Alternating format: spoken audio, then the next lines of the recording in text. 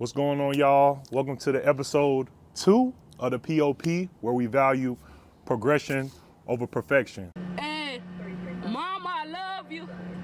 P.O.P, hold it down. Ain't nothing formal, you know how we do. Real chill. It's just a conversation. I got my boy Ed with us today, so he gonna just talk about his journey, about where he came from, a little ups and downs that he went through, and he gonna drop the sauce on y'all. So, like I said, it's just a conversation, nothing crazy. So I'm gonna leave it to him. He gonna introduce himself. What's going on, folks? Ed, small town guy from Sutton, South Carolina. Y'all know me out there. Merk City, baby. Merk City, you gotta talk to him right one time for it, right?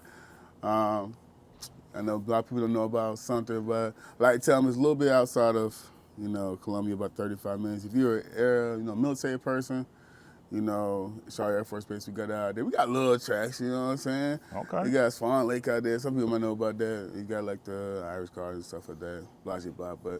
But born out there, raised. Family kind of came out there from Connecticut. Dang, Connecticut. Way back when, right? I was like, dang, I could have been a northern cat. For right? real, bro. That'd have been crazy. Right, would have been way different for me. But yeah, that's I think it came out here back in '92 or so. Okay, dope, man, dope. So like you said, born and raised out in Sumter, small city for those that don't know, 35 minutes from Columbia, South Carolina. So that's, a big city out there. And so tell us, like, high school, so we won't really worry about elementary school, stuff like that. Like high school, were you a books kid? Were you playing sports? Like, how was high school out there? Sheesh, back when I was a jit. Okay, well, high school, Sumter High, Fighting Gamecocks. We Cocky Junior, that's our mascot.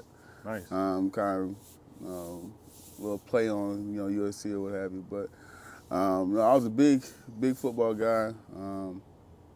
I think I was pretty good. What position did you play? I was like a strong safety, outside linebacker, a hybrid rover. You see me out there in Sunday, y'all play games, you know what it was. Okay, So, the head cracker. Yeah, All right. but definitely a big sports guy. School's easy. I did really well in school. In high school, I wasn't. I was one of the AP and Did you do like dual enrollment and all that? Yeah, I did dual enrollment, which was a big help for me going into college. Right, I came in almost a sophomore. I had about 24 credits or so. Golly. Dang. So you already came in college, already had those credits from high school, basically. Yeah, that gave me some leeway. If I had to drop a class, still got the credits for that last class, you know what I'm saying? So it gave me some leeway in terms of just figuring out what I want to do,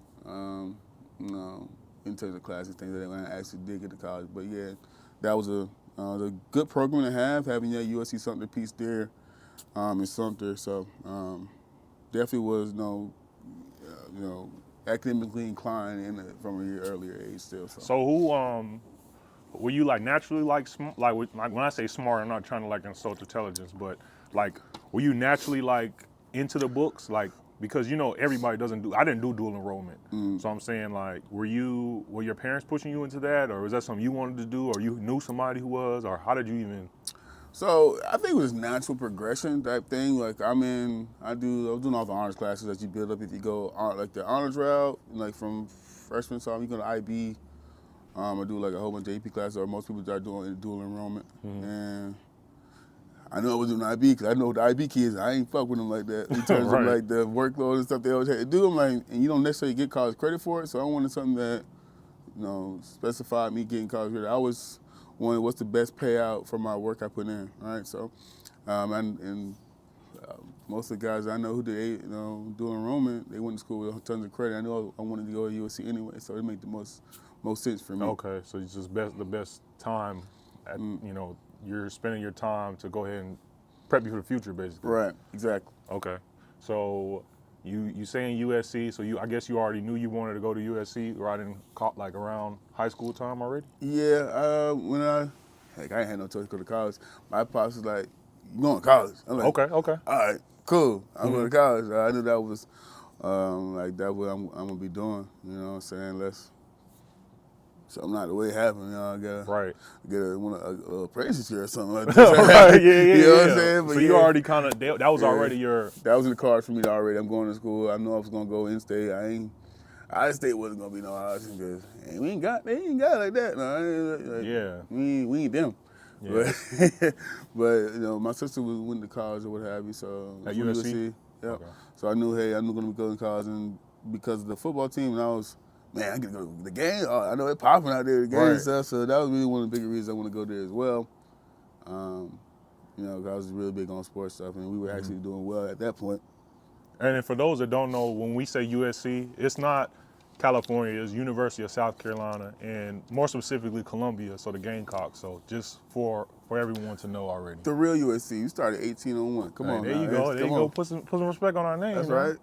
So I heard that you were playing sports in high school, and then you went to a big football school. Did collegiate football, was that ever like something that you wanted to pursue, or did you ever like was that love for the game still there, or just kind of? No, the love of the game has always been there. You know, I'm Right. a super competitive type thing, right? But I didn't want to pay for no small school, Right. no D2 school type thing, because still the value of a good education with the college that people gonna know is something that really valued me. But Right. you know, because I ain't going to league. I was like, Yeah. I'm a realist at the same time. Right? Yeah, you kind of already knew. They need to call me, man. My mom 5'2", my dad 5'8". Right. I just happened to get the maximum out of that, be 5'10". It ain't gonna happen for me. That's understood, bro. That's understood for sure. So, kind of got into USC. We're transitioning to USC, like coming from, I guess, Sumter High big? I'm not familiar. Like, is it a big school? Sometimes the 4A was just the biggest level of school you can get to. My graduating class was 560 people or something like that. Okay, so it's pretty sized. Yeah. And I think it's probably a little bit bigger now. But yeah, it's a pretty decently sized high school. So, and then you said your sister went there. So I assume did you go visit USC when she was there? I've been there a couple times. I didn't do too much out there, but yeah, I would. But you knew what the campus looked like, basically. Yeah. I didn't have to take no official visit there or what have you, but you know, I knew the school and kind of where the Russell House was, right? And those type of big places, right? So. Okay. Yeah. Okay, and then so, what major were you in when you got to USC? Going into USC, my major was accounting. And looking back at it, hindsight 2020, I never could accounting again after I knew what I knew. When I finally took it, and I first got into the classes I needed to take. I think it was my second semester, my freshman year. So you pretty much, when you got to USC, you said you already did the dual enrollment. You didn't take none of the Englishes or the pre-prereqs. So you kind of went straight into the prereqs or the. Yeah, I had English, all my histories. I had my business math, whichever, I can't remember what the number class that would have been, but I had that done because I took calc. And there was, I think, one more class that I had. So I had, quite a bit of stuff. The only thing I had to take from like the undergrad thing, I had to take English 102, the second English class, and that pretty much was like the papers and all that. You know what I'm saying? Yeah. What so would you recommend, like, you did it, would you have your kids in the future, would you have them do dual enrollment? That's the only way I would have them do it. I wouldn't have them do IB because that's no guarantee you're gonna get, college credit, right? And then the best thing about it, when you're a senior, it's your last block in your first class and your last class. How I had it set up, I got early dismissal once the class is over because college class is early anyway. So right. I go to school late and I got out of school early.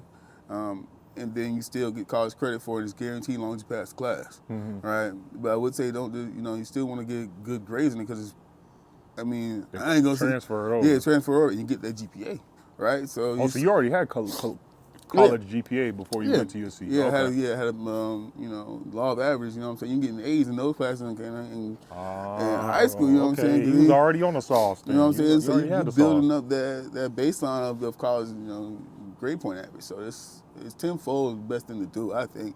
And then, between the way, you can take AP classes, whatever you want to be interested in as well, right? So.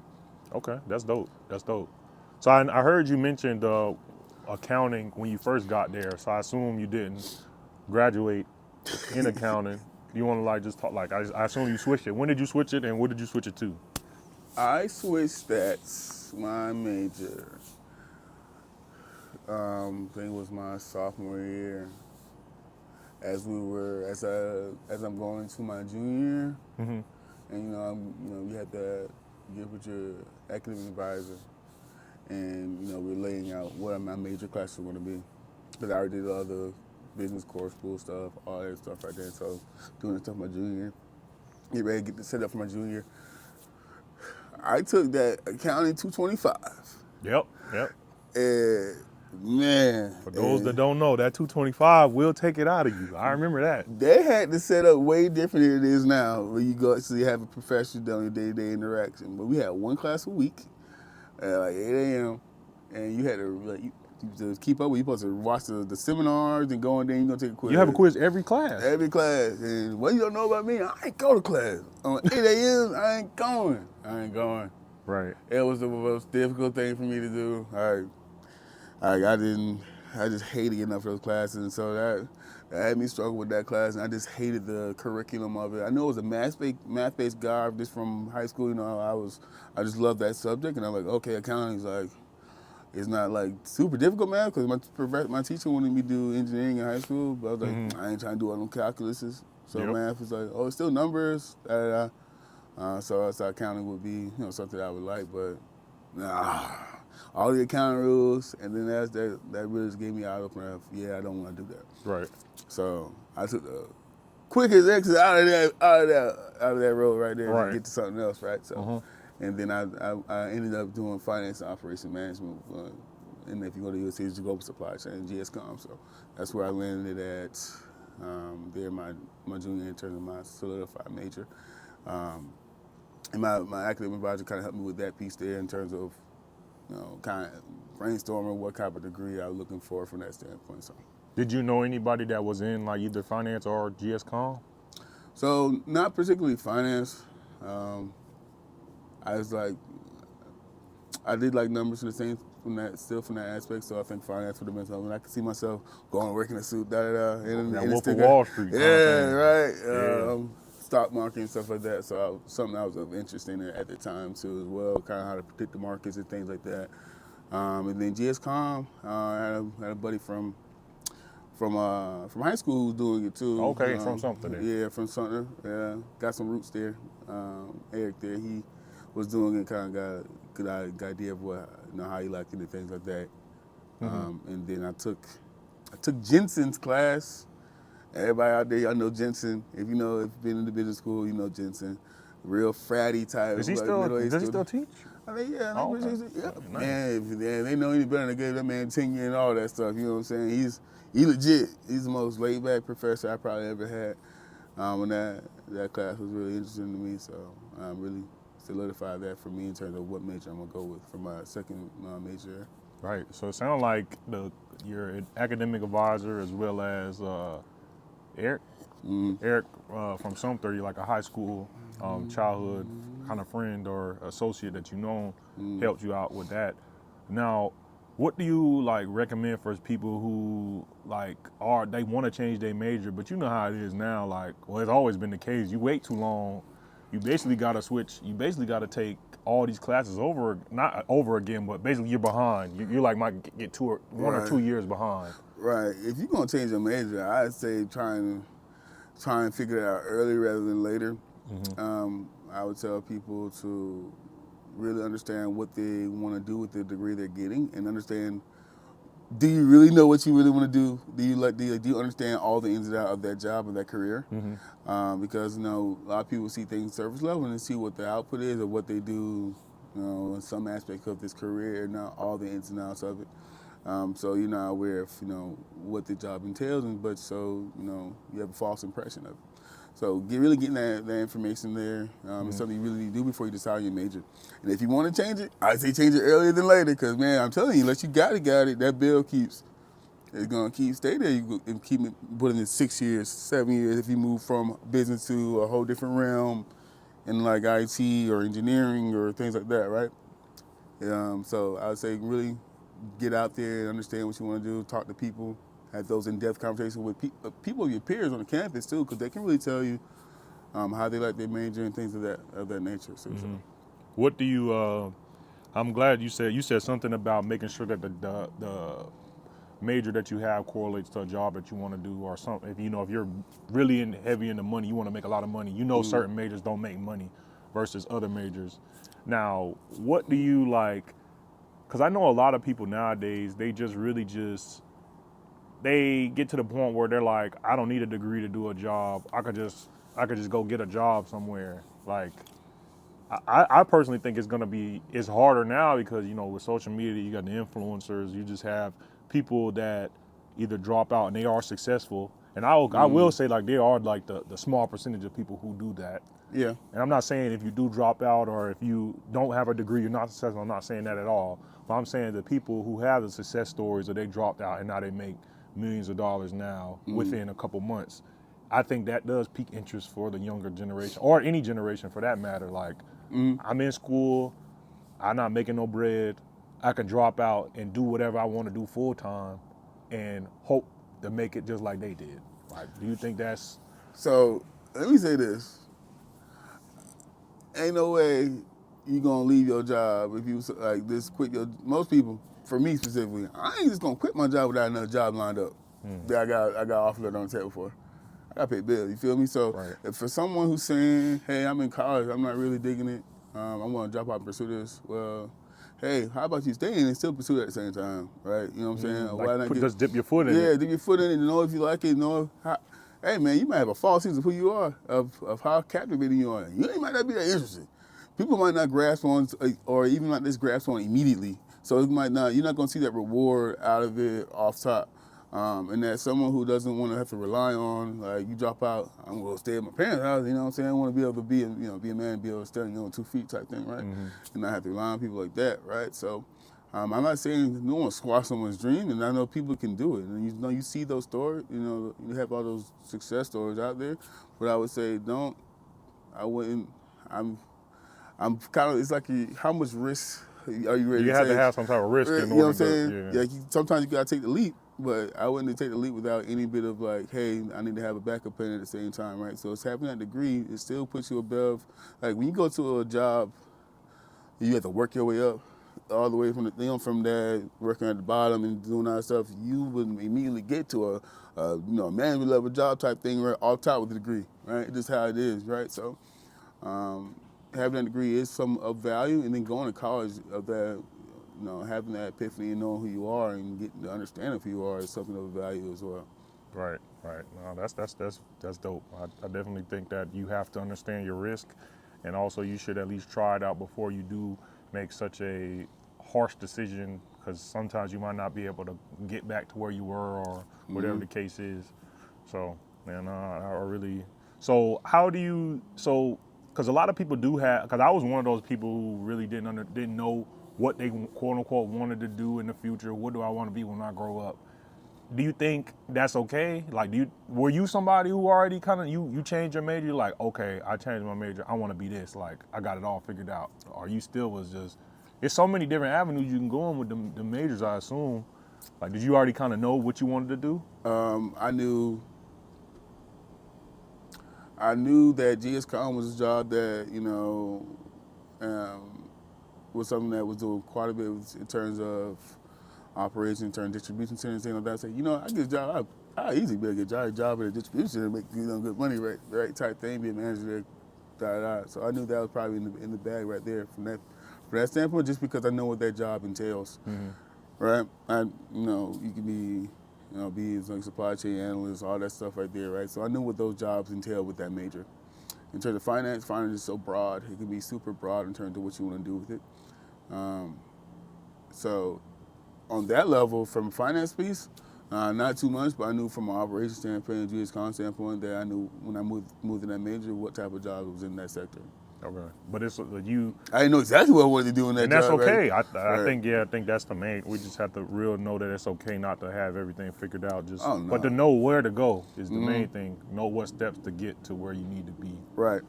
Okay. So you changed your major. Boom. Now we're going through the process. We're going through those classes. Were those classes harder than high school? Just about the same? Were you struggling? Or you just kind of just going with the flow? When I say, man, those classes, I mean, let's be real, them classes ain't all that easy now. You got classes with a ton of people, and some of the finance classes keep mad. Trevor was in one of my classes. I know, some people there on campus that was in my classes. I know. The classes ain't the easy classes now. I let you know, you really gotta, sometimes you gotta study and stuff like that. But I'm not. Just really had to care. Yeah, you gotta care. Like you're a free young adult who's got limited the time to say I'm gonna go to class. How much time I'm gonna get to study. And when you don't do that, you make it more difficult on yourself. And that's probably something that I definitely did. I don't study. I wasn't a big study dog. I ain't gonna lie. When I go to class, though, I retain pretty much as long as I'm paying attention, I retain pretty much everything that I listen to while I'm in class. Mm-hmm. So the big having to do all that stuff didn't really have to do that as long as I went to class. But I'm down for not going to class. Feel me? You know what I'm saying? Someone signed me in, or you know what I'm saying? I probably think about attendance level, like 70% or something. But right, for to be real, I really asking about it. But the ones that you just know how to kind of balance that in terms of the class that you really need to go to, that are really more challenging. So.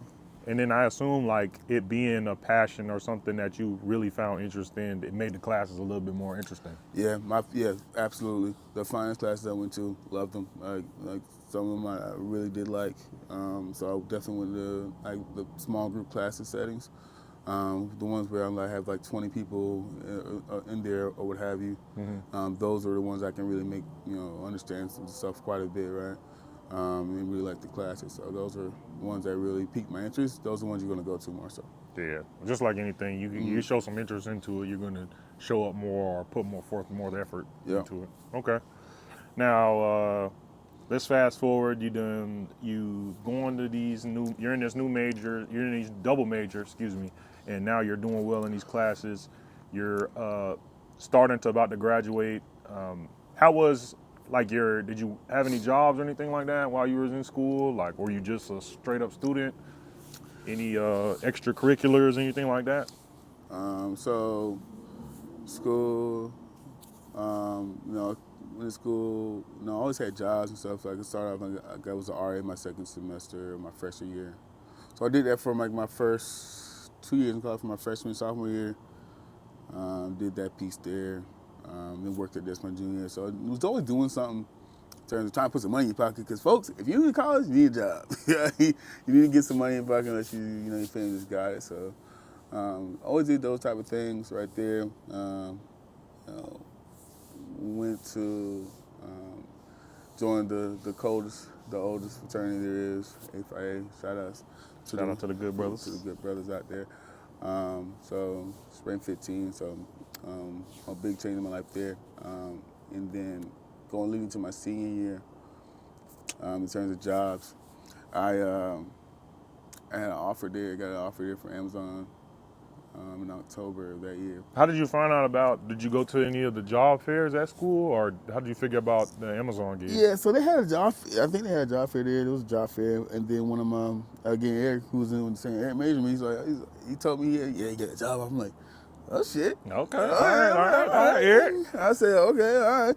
Well, kind of put me on, just made me aware of it and stuff like that. So I said, let me go check this shit out and see we got a little something for me. Okay. And then so I applied and everything. I flew out to Nashville, had an interview and stuff like that. When you flew out to Nashville, was that your first time on a plane? First time on a plane. For a job, for an interview. For anything? No, I'm just saying that was for the interview. Yeah, for the interview. Yeah. How was that? Like, was you nervous? Like, did you knew how to navigate the airport? Or? Hell no. I went in there and said, I was like, my girlfriend at the time, now wife told me I need to go to customs. I said, customs? I said, all right, so hit me walking in there, little carry-on. Hey, where's customs? Customs? Right. You fly international? Yeah. I was like, nah, I'm going to Nashville. Skirt it right there, man. Your gate is this right here. Go there. I said, all right. I was like, man, you made a fool out of me. I was, okay. Yeah, it's like your first time flying, but So learning how to navigate that airport was definitely new for me. We ain't flew nowhere. We always drove or what have you. So that was definitely new. Was I a little nervous about the takeoff, like flying in the air? A little bit. I ain't gonna lie.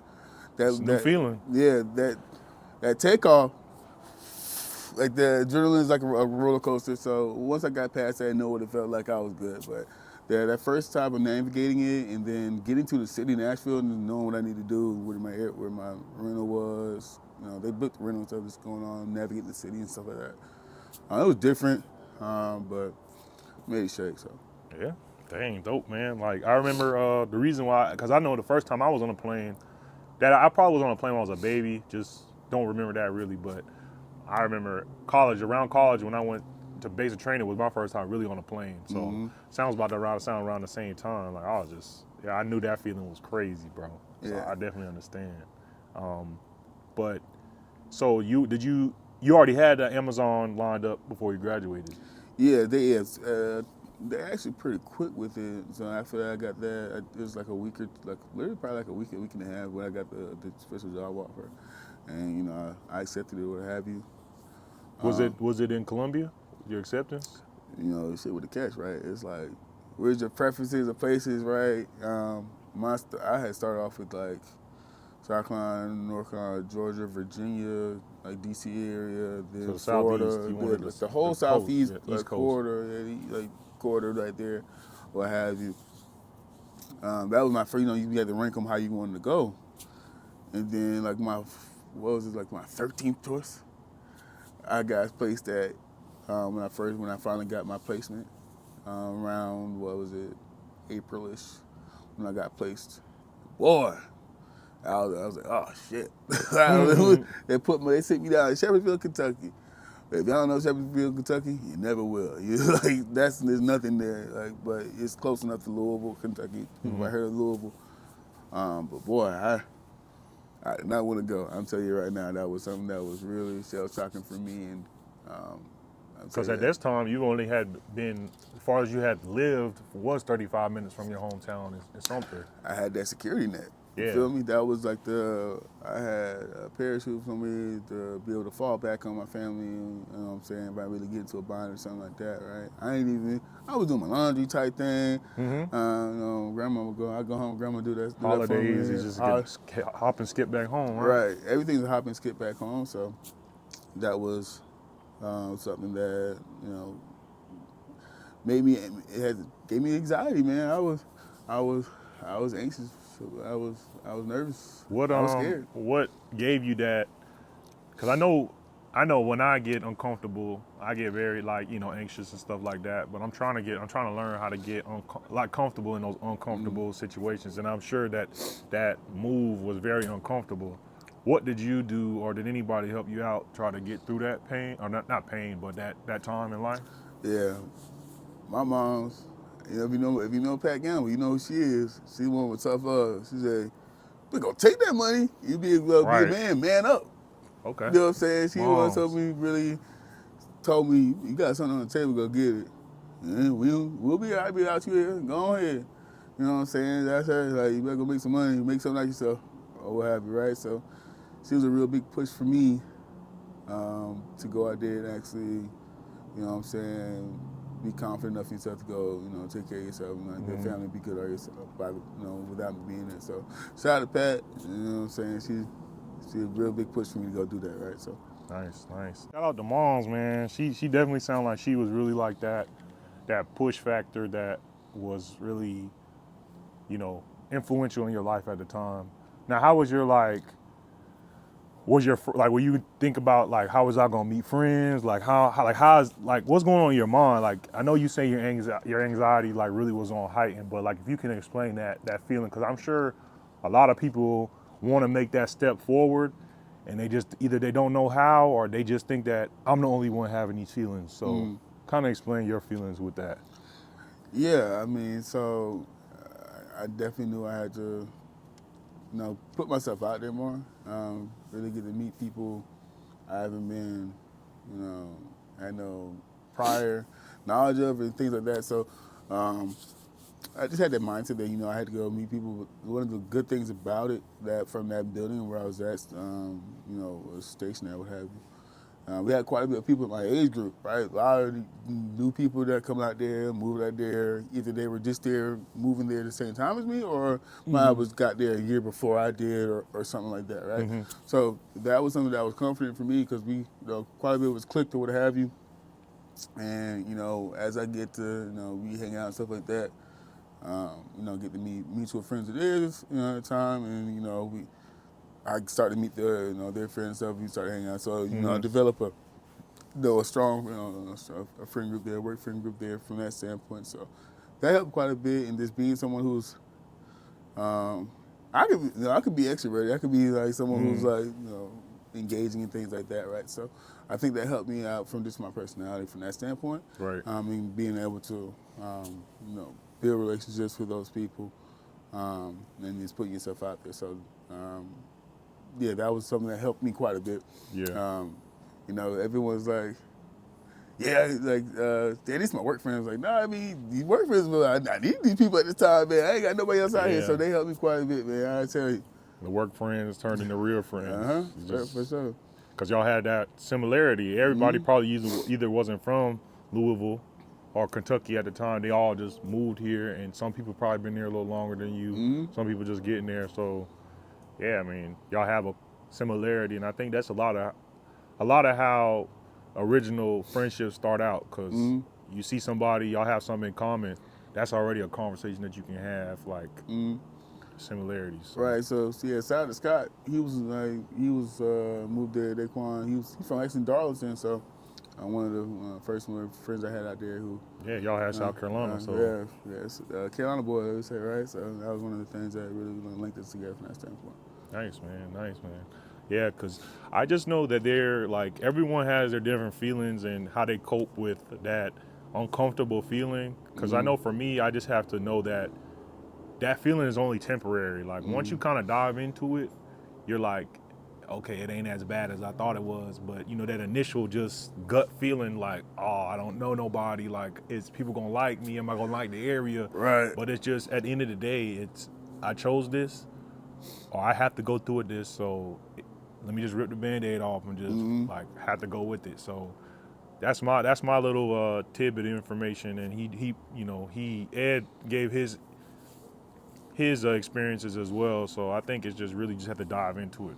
Really head first, go into it and make the best of it. And you know what I'm saying, don't be too shy and overthink things, man. Everyone's kind of this. A lot of times you find out a lot of people are more so the same thing you are too, feel the same way. And it helps out quite a bit. So it's good. For sure. Take that leap. For sure. So let's fast forward. So obviously you're not in Kentucky now because we're in Charlotte. How long were you in Kentucky for? 2 years, man. I had a stint there. 2016, right. 2016, 2018, man. That was a time. That was a time. That was a started off unsure, what have you, really not knowing. Was you trying to leave Kentucky, or were you just like, dang, this is a shock? Like 2 years, I was just getting my feet wet. Oh man, I ain't lie. I'm trying to find my way up out of there now. I ain't okay. I was trying to get up out of there. So that first year I had to, they were opening a building. That was 2017 when I applied to this role. They were opening a new Amazon building facility in West Columbia. I applied for that one. I didn't get a role. So that was another discouraging piece of it for me. Typically thought, hey, I interview well. I get most things I try to go after, right? And then, get at the now. Now I'm like, kind of shot me down for a little bit, right? But that was God playing a role for me, knowing that, hey, we don't want you here. We want you in the bigger city. We want you in a bigger market in Charlotte, right? So becoming 2018 come around, I think I got the job in April. That was either April or May when I actually got the job where I interviewed for the Charlotte role. When they were building another building here in Charlotte in 2018. Got that one.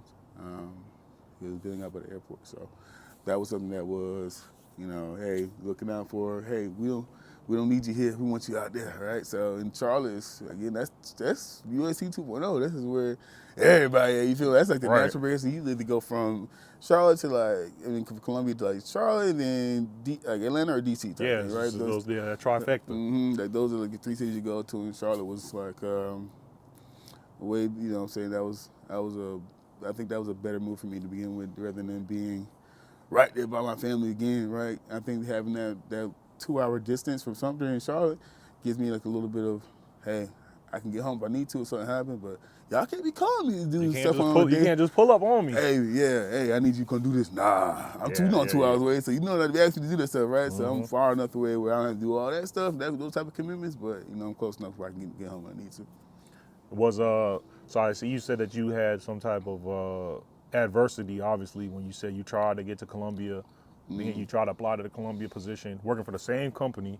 So your odds of hiring or to get that job was pretty high, I'd say. You know, you know, pretty much you would think you had in the bag. You interview well. How did that feel? Like you were like, I'm sorry to inform you, email, or how did that let down? How did that make you feel? Oh Christ, man! I was like, dang, that's like it's some low lights right there, man. Those times when I'm like, damn, I'm gonna be here for God knows when, right? You know what I'm saying? That's prolonged because you know at this time I'm missing like all like my family stuff was going on there, right? Like all the holidays and stuff like that. You know, I take a big chunk off during Christmas and stuff, but I don't do no Thanksgiving, right? Because I got to work. You know, we work holidays, right? So doing all those Labor You're just Days. trying to get closer to home. Now with everyone that, you know what I'm saying, like that. So all friends and families, but so yeah, that was another low point for me in terms of this self-confidence. You know, I wasn't good enough. Where I got to work at, where I need to do better, type of thing, right? So, this took a knock on my ego, right? Yeah, for sure. What kind of advice would you give somebody that they're stuck in either their job or they can't find a job, because we all know how the job market is right now. It's you know, you're qualified, you feel as if you're the best candidate possible, but you're just stuck in a dead end. Like you can't. Seems like there's no light at the end of the tunnel. And I know you had experienced that for a little while. I've experienced. I feel like everybody's probably experienced that one time in their life. What kind of advice would you give them, or what kind of words would you give them?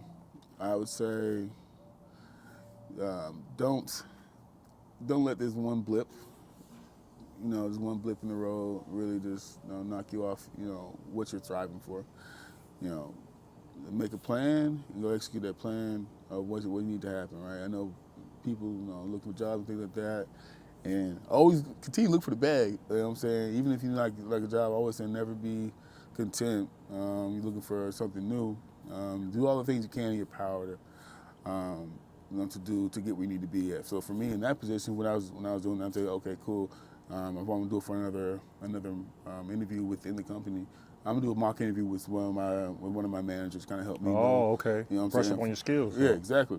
Using that, all the interview savviness helped me build that piece up, right? So do whatever you can in your power. So if someone's looking for a job, brush up on that resume. The job you're looking for, those, what it says you need to do, all that stuff. Put those keywords in that resume, man. Yeah. You know what I'm saying? Technology's out there now. Throw a little thing. Look for keywords, right? Throw that stuff in there. Do all that stuff you do. Don't just do only easy applies on LinkedIn. Go on Indeed. Go on ZipRecruiter. Do all that stuff. Actually go to websites and put the stuff in. Don't let don't be discouraged off of wanting something that you didn't get because God's probably gonna say that's not for you, right? So keep striving for it. Have your support group with you as well. That you can help lean on as well too. So support is big, man. Support is big. And then I think what you mentioned before when you was changing your major to talk to other people that are in that field or in that major, I think talking to someone local or at least within your group or someone that's within your grasp of talking, right? Now I'm not talking about someone on social media that been doing X, Y, and Z, someone that you have no idea. I think if you find someone that's doing where you're at or where you want to go, having those conversations with them will help kind of pep you up some to Absolutely. Having those in-depth conversations, I mean, when you're in school, you can't, we're in school for a reason, right? You have an ultimate outcome. So you can't have conversations that's solely on what we're doing tonight, we're going 5 points, da, da, da. You got to have, conversations of in-depth with meaning. Things of that nature, you got to have those conversations with people. And I think having more so people who have those conversations, you learn more about, where other people are at. So you have way more similarities with other people than you might think. And so, you're not alone. And then you get that, people can educate you on, hey, this is what's going on with this major, what I'm doing, what's going on with it, what they, strive to do with it, and things of that nature, right? So that having that, having those conversations can help immensely. You gotta have, go out there and have those in-depth conversations. For sure. So let's push forward. So you got back, Columbia didn't work out. Now you're in Charlotte, so it sounds like a blessing in disguise. You kind of already knew about Charlotte already. Probably been traveling up and down the roads to Charlotte. Probably know what it's like. How was your feelings like? Did you have that anxiety moving to Charlotte like you had with Louisville? Like, how was that move? Man, Charlotte, I knew it was gonna be a movie, right? I've been here. So what was my first time in Charlotte? My first time in Charlotte was in undergrad. I went here. Me and my homie Justin, and a few other friends came up here and went to the Epicenter at that time. And then me and my girlfriend at the time, now wife, we went here, went to Cheesecake Factory. Hey man, if you had those mac and cheese balls, bro. Hey, I was busting them things down. So had a trip there and what have you. So along the way, as I'm in Louisville, I'd fly down, down here, and stay weekends here. So I'm understanding what Charlotte's about, right? And then, hell, every time I come here, I see hella people I know all the time. You go to Epicenter, you're gonna see like 5, 10 people you don't know before from USC. Some type of similarity. Right. Yeah. And so that was a big piece for me because I know quite a bit of people out this way. LB's out here too. So that was a real comfort for me, and from that standpoint of coming here and knowing quite a bit of folks that I know for a while. So. Okay. Yeah. Dope. Like, so that comfortability. Do you think if you had gotten, say, like Texas or like any other state besides North Carolina that you had that originally wanted on the Southeast, do you think that move to Louisville made you more comfortable moving to another state, like because you've already done it before, or do you think you still would have had that anxious feeling, either moving farther away or just? Right. Say I went to, I don't know, not even Charlotte where I know people who already live there. Even if I went to say if you was in like Dallas or something, right? I would still have that, a little bit of butterflies in my stomach because you just, you still unknowing. The unknown space is, what I'm saying? Scary, it's still dude. scary, it's scary bro. at a point still, what I'm saying? I ain't gonna be like, yeah, I'm the most common person around now because I done it before. I'm still gonna have, reservations about, what I'm gonna do, who I'm gonna meet right there. But I know I got a game plan though. Mm-hmm. I know who I am. I know how to meet people, I know how to talk to people, right? So that piece, I know I'd be able to make it, right? I'll be more self-assured of where I'm gonna go, what I'm gonna do. You know what I'm saying? So I'd make it shake for sure. But Charlotte was a nice little comfort zone, little comfort place for me too, though. Okay, yeah, dope. So you moved, when you got the new gig in Charlotte, was it the same job, family, or the same exact role you were doing in Louisville, or was it different? Pretty much the same type of role, or what have you, with a promotion, more money, or what have you, right? Because I was up for my promotion at that time, but it's just kind of the same thing.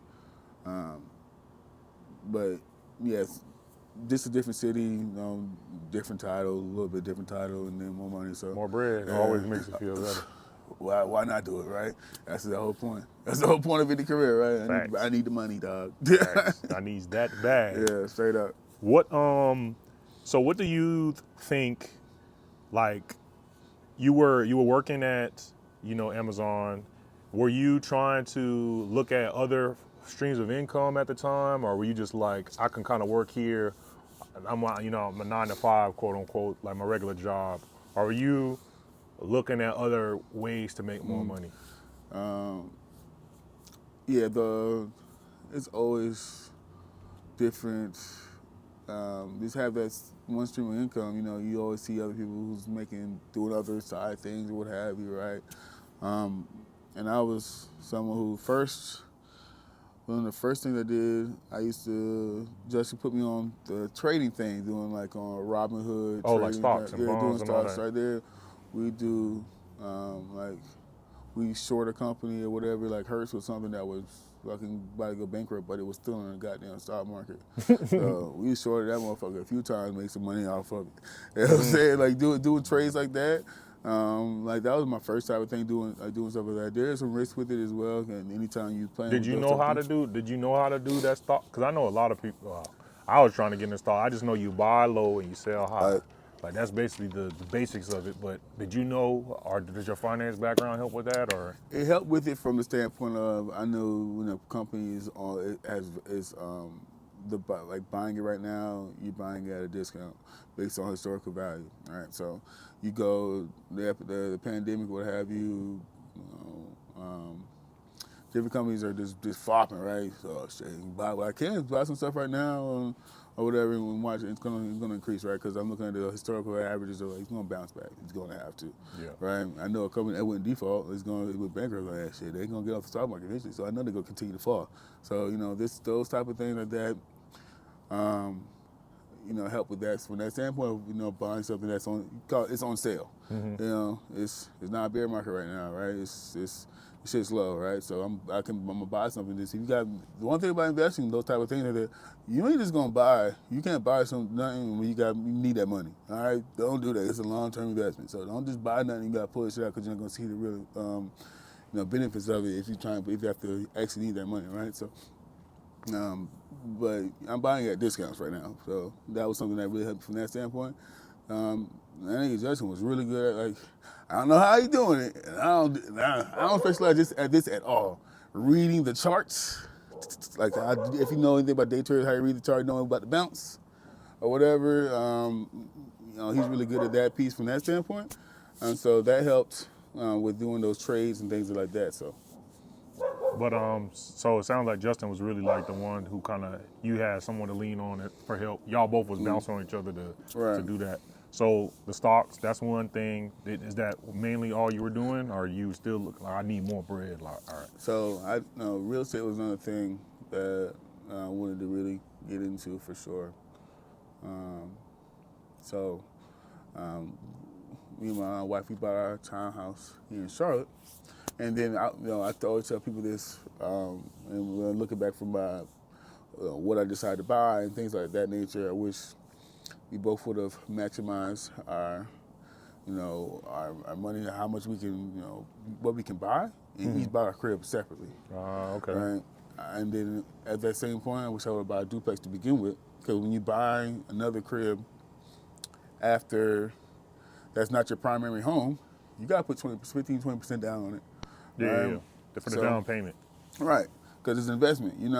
That's not your primary residence. Home. Right.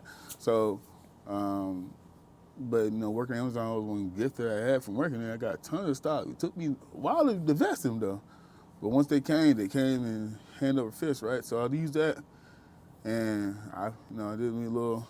I don't know. It just came to me one day, like, I'm gonna leverage what my mom's money or whatever, her finances. See, I did put up quite a bit of money. I probably put 15% on it anyway, just because, that was what I wanted to do at the time. That way, I can rent it out immediately. But that was one of the things I wanted to do from that standpoint. And she got 800 credit score. Fucking, you got the lowest goddamn interest rate you can get at that time, right? That's crazy. That was something that really. When I continue to want to get into more real estate, right? Can use that finance, deleverage what you currently have to go get more stuff, right? So that's what I really want to continue to build on. Whether it's whether it's more townhouses, multi-family units, and things like that. Because eventually, I want to be able to say, take a huge move. So, like, if I have 6 different properties, I'm gonna sell them all.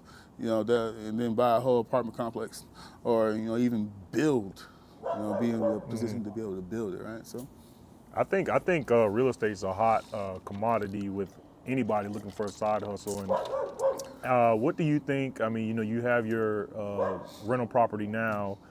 How was that? Like, were you nervous? Did you have the anxiety feeling buying that property? Like, how did you know? Did you think you were gonna like, I'm not gonna get no renters. I'm not gonna do none of this. Like, Right. it's just like that initial jump that everybody who wants to do more or side hustle, that initial investment or that initial jump is nerve wracking. Like, explain that. Yeah, I didn't know anyone who was renting stuff, right? But You just knew it made money. yeah, I just had the will to figure out how to get this shit done. Honestly, before I even started renting, I looked on Zillow and how you put stuff on there, and how you figure out how you get a renter, and they go, they look at your. I pretty much knew that you look at their background check, you look at their pay stub and stuff like that, so I can understand if people can pay for it. And I knew that the outlet that I could use to to get me a renter, and rather than paying for a third-party company to do the stuff for me, right? Okay. I didn't want to do that because that's not my bottom line, and it's something I can do for myself, right? All I knew is that I need to price it correctly. That's for the going market in the area. So the biggest thing that I did was just when I was buying it, I said, okay, what's going to be the the mortgage? What's going to be the plus the HOA, and then what's my difference between what I can rent it for? And then I just looked at this. I just drew a map on Zillow to kind of see what the rental prices were for the same specs, 2-bedroom, 2.5 bathrooms, and it kind of told me that where my margins were. So that was the easiest way for me to run those numbers to see if it's a good buy for me, if it's going to be profitable or not. And I didn't. My mindset at the time was it don't need to be the most profitable thing as long as I really just break even, Yeah. right? Because I'm getting a place that's going to be paid for, and I even have to live in there. From that standpoint. So I knew that was the biggest thing for me. Because when you retire, that damn 401k ain't gonna be enough. And I think everyone probably is unaware of that. That's why they're looking for different avenues of money that's passive income and things like that. So that's why I continue to say I want to continue to get more, and then being a risk taker while I'm young, because I can bounce back while I'm young. When I'm older, it's going to be really hard for me to do when I'm so even closer and closer to retirement. Like, damn, I don't got much time to recover from that. Yeah. When I lost, you know what I'm saying? You can't really make that jump when you got a family and Right, stuff like that. you know what I'm saying? So I'm trying to be as aggressive in asset obtaining right now, while I'm in a younger age. So that was a risk that I was just willing to take, and I think I did enough. For me, I feel like I did enough research, enough market analysis to understand where this property fell at. So I knew it was a place that looked good. It's good neighborhood, nice, chippy, young professionals the type young thing. professional area. Yeah, you know what I'm saying. And it was close to Shire, Fort Jackson. Jackson. We're close enough to Fort Jackson for military too. So it was like the perfect thing for me to go after. Okay, so it kind of checked all those boxes for that risk of not having a renter. So you kind of knew if I can't get a young professional, I can probably get a student. If I can't get a student, I can get some military. Right. And it's kind of just go down that line. So you kind of, if I can't meet these criteria, I should be able to hit the other two. I had enough options to where it should be something in there in line for me to get a renter in there. Okay. And especially if I priced it, good enough to, not too high, especially when I'm starting off with, and then one of the things that really tell me as I'm pricing it, I'm like, damn, I priced it too low. I'm getting hit about it every day, right? I need, you know what I'm saying? The demand, you're getting a lot of demand, so Right. Something needs to. So the next time I rent it out, the next, year, I'm saying, all right, I've got to jump that price. So you know what I'm saying? Just like apartments, I mean, they're doing it too. So yeah, that was the best thing for it. That's dope, man. That's dope. So you got your rental property, got your full-time job. You got, it sounds like you got some streams of income coming in. Are you set? I know you said you wanted to get more rental properties. As for your professional career, do you see yourself, you're kind of at your, I'm here, I'm settled, I'm good for 10 plus years, 20 years. Like I'm good. Like, No. okay. That's never my goal from that standpoint. I'm always looking for more. Yeah, like I said, I just put in applications the other day. Okay. Continue looking for more and more of a bag, right? That's always my objective from a monetary standpoint. I need to get more money all the time. All the time. Never enough. Money's never enough. It's Money makes things easier. I'm telling you. I'm not someone who's in the top 1%, right? So I got to continue to go get it, try and get as much as I can, any ways necessary, right? So From a career standpoint, yeah, I'm always looking for more, and then just always being open to new roles and things like that. It's something that I'm always willing to do. So, yeah, never content, never satisfied from that standpoint. Always hungry, and Uh-huh. that kind of goes back to what we learned. Being alpha man, you always keep moving forward and no backward steps. And that's kind of what the premise of P.O.P, progression over perfection, because I think we all, especially with social media, we'll try to obtain this perfect life when then everyone's perfect is different, right? But regardless, perfection is something you're always going to try to chase, and perfection is never going to get achieved. But you can get as close to perfection as you can, or what your definition of perfection is for you. But you always need to know the progressionary steps to get there, or that journey that you do need to get there. So do you're trying to get more into your professional bag. Do where you want to go ultimately? You know the steps to get there? Yeah, so I'd say just in the operations standpoint, big operations, slow supply chain. One of the biggest things is continue to, look for senior roles. For me, where I'm at mid-senior roles right now, looking for senior roles from that standpoint, distribution, move to a director role, things of that nature, right? Even learning and development. There's a lot of things I can do from the experience that the roles that I have had at Amazon, even now at Target, right? So that's, I know where it can take me and what I need to do in terms of roles I need to look at for steady progression. Like this, what's the next step after here? What's the next step after here? Right. So I know what that looks like for sure. And then continue to get informed from different people who's already there. Having those right? conversations again. Yeah. So people in the industry always have their ear open, to listen and get that information from those folks, because I think that's one of the things that we as our generation needs to do more of, and get that information from those folks who are in those positions, and get that knowledge that they have. So they gotta give it to somebody. Said they might be, baby boomers going to be heading out soon, right? You know what I'm saying? So getting that information, getting that knowledge base, Keeping that ear out. it's something that it's something that I always like to, older folks. I always like to get pick their brain and things like that, and kind of understand where, what's the next step for me, what can I do better here, right? Get that feedback. And then always look for honest feedback, because perception is reality, certain folks, right? So understanding that and know where you can go is really big. So that's dope, man. That's some gems that you just dropped. So we appreciate you talking about your journey and thus far and where you plan on going. Sounds like you've had a lot of ups and downs, but have learned from it. Especially seems like the Louisville move, and just keeping your ear out in conversations around people from back home, around school and stuff like that, and family support really kind of drove you to where you're at now and kind of where you want to go. So one thing that we've been doing on the last episode with Ty, he dropped us with some knowledge and his definition of progression. So it's only right that we continue this moving forward. So first, I'm just going to ask you, what does the word progression mean for you? for me, progression is always striving forward, and then it's not. I don't necessarily say like career aspirations is the only thing. Career, personal, and then even spiritual. Moving forward, all those don't need to be intertwined together.